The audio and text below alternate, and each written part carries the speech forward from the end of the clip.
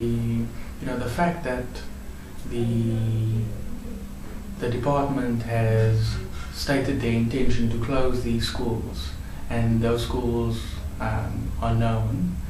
The parents of children at those schools, for one, are now insecure about whether there will be a place for their child at that particular school for next year. So we find that parents are now looking for other schools for their children, and in some instances that's very difficult for them to do.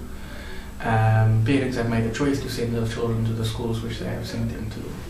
Then for the learners themselves, as I said, the fact that schools are being cited for closure in some instances or in some schools, this is something which is very traumatic. They don't want their school to be closed down. They want to continue to go to their school. And also, in the instances where schools are being closed, and one of the reasons being mentioned is that there are some schools which are nearby or alternative places at other schools. People are raising questions about safety, about whether people will be able to get to those schools, and also whether there are arrangements being made to transport learners to be able to access schooling opportunities which are further away than currently.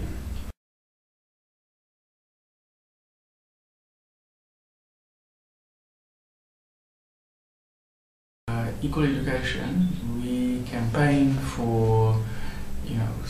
we campaign on particular issues at particular schools. So if there, for example, is a school where there are many broken windows, or where there is corporal punishment being practiced, we and our members, who are mostly high school students, they will undertake a campaign actually directed at that issue. Okay, but we also have broader campaigns which focus on trying to reform policy, and trying to reform law. And so those campaigns are national campaigns. So at the moment we've got a campaign for norms and standards for school infrastructure, which is basically where we are calling on the Ministry of Basic Education, Ms. Angie Mochecha. We're asking for her to adopt a legal standard, a clear legal standard for all school infrastructure. Okay?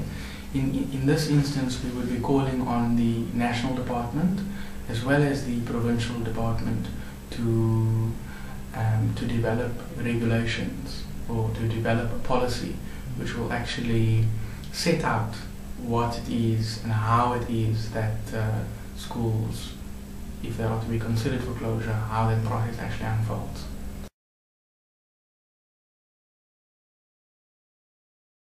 I think one of the big problems is that at the moment there's no national or provincial policy or regulations which states how what are the reasons, that are legitimate for schools to be closed, and also then what is the process that needs to be followed. And I think that what we need is to basically to put the process on hold, and for there to be clarity, there to be engagement with parents and learners and other stakeholders as to what exactly is the process, and what is the criteria upon which schools can and should be closed. And then after we have that agreement, we should move to actually, on each individual basis, then to come to a decision on schools, and to make sure that as part of that decision, that what's going to happen if schools are closed to those individual learners are considered. That should be the interest of learners should be paramount.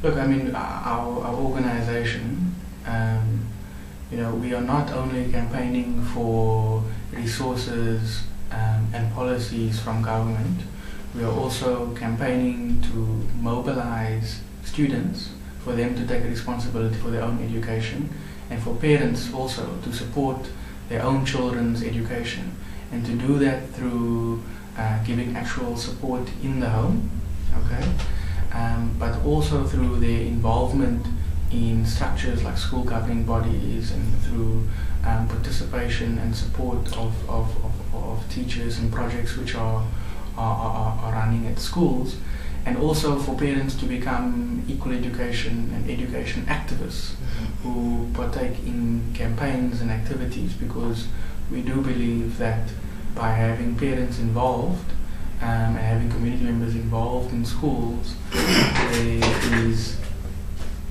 a greater chance that there will be accountability and functionality at the school.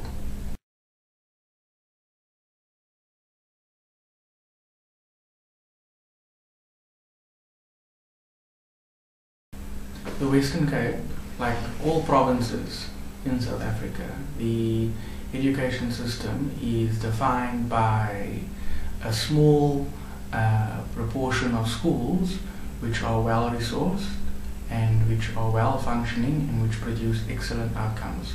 Those are fee-paying schools and mostly former Model C schools. Okay, the rest of the schools in the Western Cape perform moderately well to badly. Okay, and those schools are schools in our poor and working class areas, and those are largely not fee-paying schools, and the quality of education delivered at those schools is not what it should be.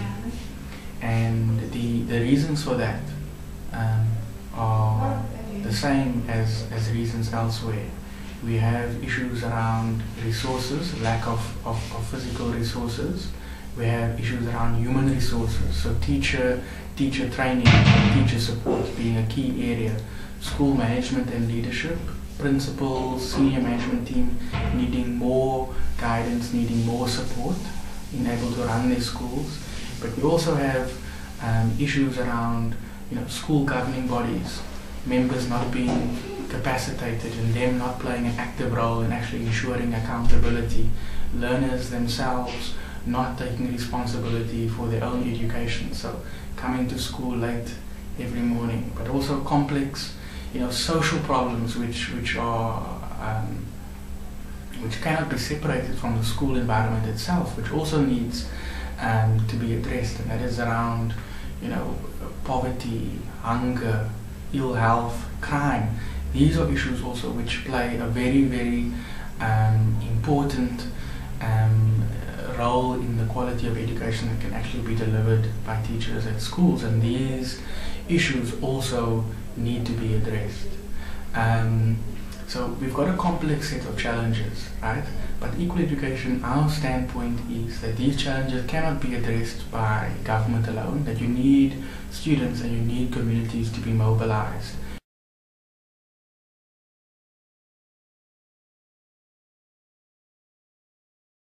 Equal education, our view is that with all of these challenges and with all of this complexity, fundamentally you have to have parents and you have to have students that are mobilized and that are active in the realizing of a quality education. Government alone cannot solve these problems, and we need to ensure that our schools are functioning and accountable, and that means that learners and teachers need to arrive at school on time and ready to work, and that the requisite number of hours are spent in the classroom, and that whatever happens at school during break times and after school doesn't compromise the safety, the health and the well-being of our students and our teachers.